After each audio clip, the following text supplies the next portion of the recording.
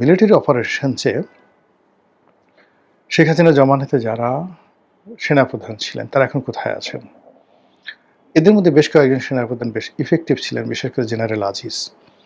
General Aziz কেউ তাকে মোটা আজিজ বলেন, কেউ তাকে নানা কথাবার্তা বলেন। কিন্তু যারা জেনারেল আজিজের সম্পর্কে জানেন, he is a man among the military যে খুব অল্প সময়ের মধ্যে সিদ্ধান্ত দেওয়া এবং খুব অল্প সময়ের মধ্যে আপনি তার কাছে গিয়ে একটা কথা বলবেন, সেটা বোঝা এবং বুঝে সিদ্ধান্ত গ্রহণ করা। আমি সেনাবাহিনীতে তার মতো আর কাউকে দেখিনি। এরশাদের ৮৬ সন থেকে আমি সেনাপ্রধানদেরকে দেখে আসছি। কিন্তু জেনারেল আজিজের মতো এত দ্রুত সিদ্ধান্ত নিতে পারেন এবং সেই সিদ্ধান্ত বাস্তবায়ন করতে পারেন এবং আপনাকে সাহায্য করবেন বা করবেন না, এটা ১ মিনিটে তিনি বলে দিতে পারেন। এই আমলাতান্ত্রিক জটিলতাবিহীন একজন সেনাপ্রধান এখন সিমেন্টেড হয়ে আছেন শেখ হাসিনার পক্ষে। দ্বিতীয়ত হলো, জেনারেল আজিজের আরেকটা গুণ আছে আজিজ এবং তার পরিবারের জন্য। They have a very good bondage. যেমন আইজি বেনজিরের কিন্তু ফ্যামিলি বন্ডেজ নেই। তার ভাইদের সঙ্গে, বোনদের সঙ্গে, তার বাবা-মার সঙ্গে, আত্মীয়-স্বজনের সঙ্গে তার কোনো সম্পর্ক ভালো না। তার যত সম্পর্ক তার স্ত্রীর সঙ্গে, তার শ্যালকের সঙ্গে। কিন্তু আজিজ সাহেব এখানে সম্পূর্ণ ব্যতিক্রম। তিনি তার ভাইদেরকে, তার পরিবারকে, তার বন্ধু-বান্ধবদেরকে, তার আপনজনদেরকে প্রাণের চেয়ে ভালোবাসেন। যেমন দেখা গেল যে তিনি তার এক আপনজনকে সেই সম্ভবত ১৮ নির্বাচনে তিনি এমপি বানিয়ে দিলেন। সেই সিটে মোফাজ্জল হোসেন চৌধুরী মায়ার মতো একজন মানুষকে বাদ দিয়ে। তো বোঝার চেষ্টা করেন যে তার ডায়নামিকিজমটা কোন পর্যায়ে ছিল। তিনি সেটা মেইন করতেন এবং তিনি কাউকে উপকার করতে চাইলে উপকার করতেন, ক্ষতি করতে চাইলে তাকে ওইভাবে ক্ষতি করতে পারতেন। এই শক্তি সামর্থ্য ছিল। সেই মানুষটি এখন নিরাপদ আশ্রয় দেশের বাইরে আছে। সরকার চেষ্টা করছে তাকে ইন্টারপোল দিয়ে আনার জন্য, কিন্তু আল্টিমেটলি এটা হবে না। এটা তিনি সহ অন্য সেনাপ্রধান, তার সঙ্গে যারা এরিয়া কমান্ডার ছিলেন, তার সঙ্গে যারা ডিজিএফআইয়ের প্রধান ছিলেন, বিভিন্ন সময় সে আকবরের মতো, শামীম সাহেবের মতো বিভিন্ন যে মানুষ যারা দীর্ঘদিন সেই মিলিটারি ইন্টেলিজেন্সে ছিলেন, তারা এখন কোথায় আছেন? অনেকে ভারতের জিম্মায় আছেন। অনেক মেজর জেনারেল, অনেক লেফটেন্যান্ট জেনারেল তারা এখন ভারতে আছেন। তারা ভারতে বসে কী খাচ্ছেন? হুক্কা খাচ্ছেন? প্রশ্নই আসে না।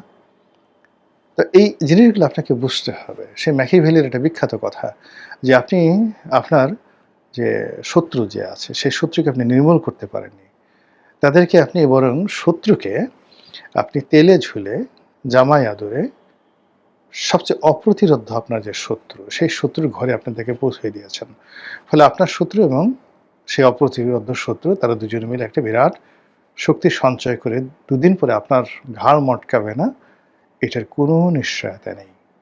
কাজেই মানে শত্রু বিনাশ, শত্রু সম্পূর্ণভাবে বিনাশ করা, এটা চাণক্যের একটা বিরাট নীতি। সেই নীতি এই সরকার এবং ইউনূস সরকার মানে ১০০ জনের মধ্যে মানে 1% দূরের কথা, 0.01% তারা সেটা করতে পারেননি। তারা উল্টো যেটা করেছেন সেটা হলো আহত করেছেন। আপনি জানেন যে কোনো মানুষকে অপমান করলে, আহত করলে সেটার প্রত্যাঘাত খুব বেশি হয়। কাউকে সে ভয় দেখাতে পারেননি, কাউকে নির্মূল করতে পারেননি, কাউকে ক্ষতিগ্রস্ত করতে পারেননি, কাউকে ফিনিশ করতে পারেননি, কিন্তু কারো ঠ্যাং ভেঙে দিয়েছেন, কারো কান মলে দিয়েছেন, কারো একটু গুদগুদি দিয়েছেন, চুলকানি দিয়ে দিয়েছেন, কাউকে একটা ধাওয়া দিয়েছেন, দাবিয়ে দিয়েছেন। তো একটু এই মুহূর্তে অল্প সময়ের জন্য রাস্তাঘাট, পথের প্রান্তর আপনার কাছে মনে হচ্ছে যে নিরাপদ। কিন্তু চারিদিক থেকে যেভাবে তারা আপনার প্রতিপক্ষরা ধেয়ে আসছে, জলে, স্থলে, অন্তরিক্ষে, অর্থাৎ ইকোনমিক্যালি, পলিটিক্যালি, এরপরে ডিপ্লোম্যাটিক্যালি, তারপরে যাকে বলা হয় রাতের আধারে, চাঁদের আলোতে, দিনের আলোতে, সব মিলিয়ে। এবং সেখানে এই ১৭ বছর ধরে যারা রাষ্ট্র চালিয়েছেন, ১৭ বছর ধরে যারা প্রতিপক্ষকে রীতিমতো দৌড়ের উপর রেখেছেন এবং ১৭ বছর ধরে যারা প্রতিপক্ষের জীবনকে তছনছ করে দিয়েছেন, তারা যখন সম্মিলিতভাবে অল অন এ সাডেন একসাথে হৈ হুল্লোড় করে উঠছে, এটাকে আপনি যতই পাত্তা না দিতে চান, এটা আপনার ব্যাপার, বা আপনি যতই এটাকে তুচ্ছ-তাচ্ছিল্য করতে চান, সেটাও আপনার ব্যাপার। কিন্তু একজন নাগরিক হিসেবে, সাধারণ মানুষ হিসেবে আমি এটাকে কোনো অবস্থাতেই স্বাভাবিক কোনো ঘটনা মনে করি না। মহান আল্লাহ আমাদের সবাইকে নিরাপদ রাখুন, হেদায়েত দান করুন এবং সুস্থ রাখুন। আসসালামু আলাইকুম ওয়া রাহমাতুল্লাহি ওয়া বারাকাতুহু।